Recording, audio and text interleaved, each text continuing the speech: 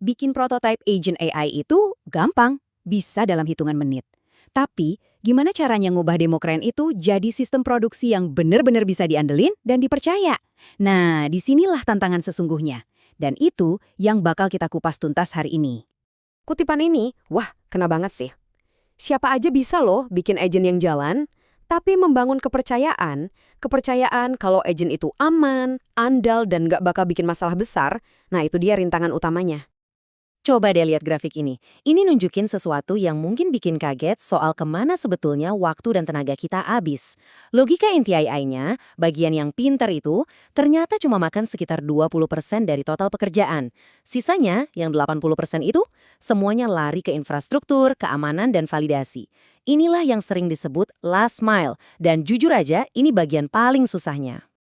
Oke, jadi gimana cara kita menaklukkan tantangan 80% ini? Kita akan lewatin 6 tahap perjalanan, mulai dari ngertiin kesenjangannya, lanjut ke ujian pro-produksi, peluncuran yang aman, ngelola siklus setelah produksi, mikirin lebih dari satu agen, dan terakhir kita bakal ngebahas soal pola pikir agent ops. Oke, bagian pertama, kesenjangan produksi. Yuk kita bedah dulu apa sih sebenarnya jurang yang misahin antara demo keren sama sistem yang benar-benar bisa kita pegang. Kalau kita ngeremehin last mile ini, wah bisa jadi mimpi buruk beneran. Bayangin aja, agen support kamu malah bagi-bagi produk gratis. Atau lebih parahnya lagi, ngasih akses ke database rahasia perusahaan. Ini bukan cuma soal bug teknis ya, ini udah kegagalan bisnis yang bisa ngerusak reputasi. Masalahnya, agen AI ini punya tantangan yang beda, yang nggak bisa diselesain cuma pakai MLOps biasa. Kenapa? Karena mereka itu dinamis, milih alatnya, mereka bisa ingat interaksi sebelumnya, dan yang paling pusing, biaya dan waktunya itu nggak bisa ditebak. Nah ini butuh disiplin operasional yang benar-benar baru. Jadi gimana dong cara kita bangun kepercayaan itu? Nah, kita masuk ke bagian kedua, ujian praproduksi. Anggap aja ini kayak serangkaian tes super ketat yang harus dilewatin si agent sebelum dia boleh ketemu pengguna. Nah, prinsip paling penting di sini adalah ini. Penerapan berbasis evaluasi. Idenya simpel tapi kuat banget. Nggak ada satupun versi agen yang boleh sampai ke pengguna sebelum lulus evaluasi komprehensif yang ngebuktiin kualitas dan keamanannya. Jadi kualitas itu jadi gerbang utama, bukan cuma tambahan di akhir. Prosesnya bisa kita bayangin kayak corong kualitas CICD ini. Pertama, di tahap prapenggabungan. Setiap ada perubahan kode, kita langsung jalanin pengecekan cepat. Terus, masuk ke pasca penggabungan. Kita deploy ke lingkungan staging buat diuji lebih dalam lagi. Dan terakhir, penerapan terkendali. Cuma agen yang udah terbukti lolos semua saringan yang boleh dipromosikan ke produksi, itu pun harus ada persetujuan dari manusia. Oke, lanjut ke bagian ketiga, peluncuran yang aman dan terjamin. Anggaplah agen kita udah lulus semua tes nih. Sekarang, gimana cara kita ngenalin dia ke pengguna beneran dengan risiko seminimal mungkin? Pikirin aja ini kayak punya tombol Ando buat diproduksi. Nah, disinilah kita pakai strategi peluncuran yang aman. Misalnya rilis canary, di mana kita rilis dulu ke sebagian kecil pengguna. Atau pakai blue-green. Kita punya dua lingkungan identik, jadi kalau ada apa-apa tinggal switch balik. Intinya sama, rilis bertahap, bangun kepercayaan, dan pastiin kita bisa pulih dengan cepat kalau ada masalah. Soal keamanan, kita juga butuh pendekatan berlapis. Nggak bisa cuma satu. Pertama, kita definisikan kebijakannya, semacam konstitusi buat si agen. Terus, kita tegakkan aturannya pakai batasan kayak filter input dan output. Dan yang terakhir, dan ini penting banget, kita uji terus-menerus. Kita coba rusak sistemnya secara proaktif buat nemuin celah.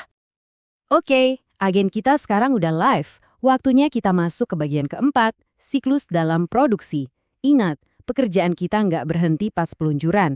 Justru kita sekarang masuk ke siklus berkelanjutan buat ngelola agen otonom ini, amati, bertindak, dan berevolusi.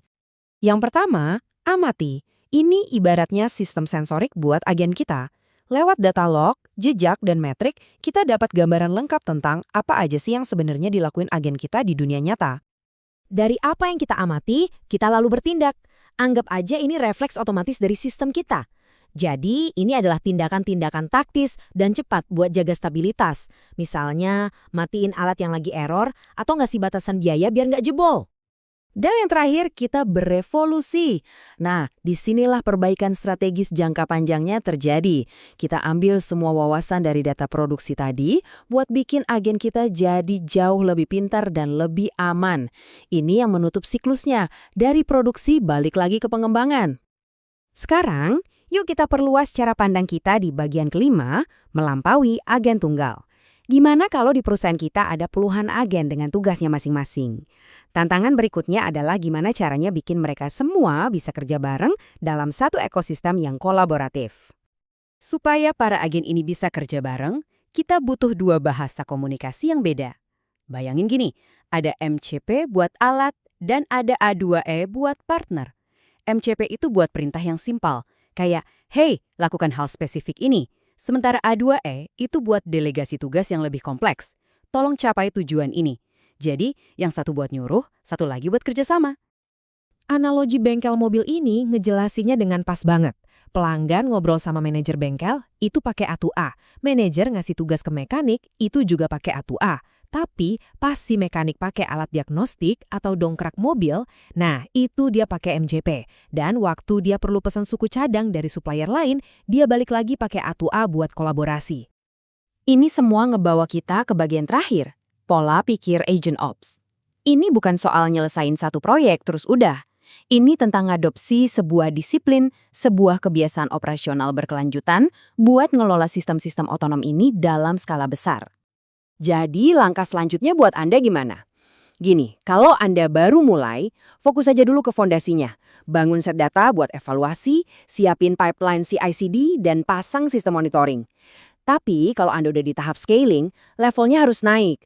Tujuannya adalah otomatisasi, bikin siklus dari wawasan produksi sampai berbaikan itu berjalan otomatis.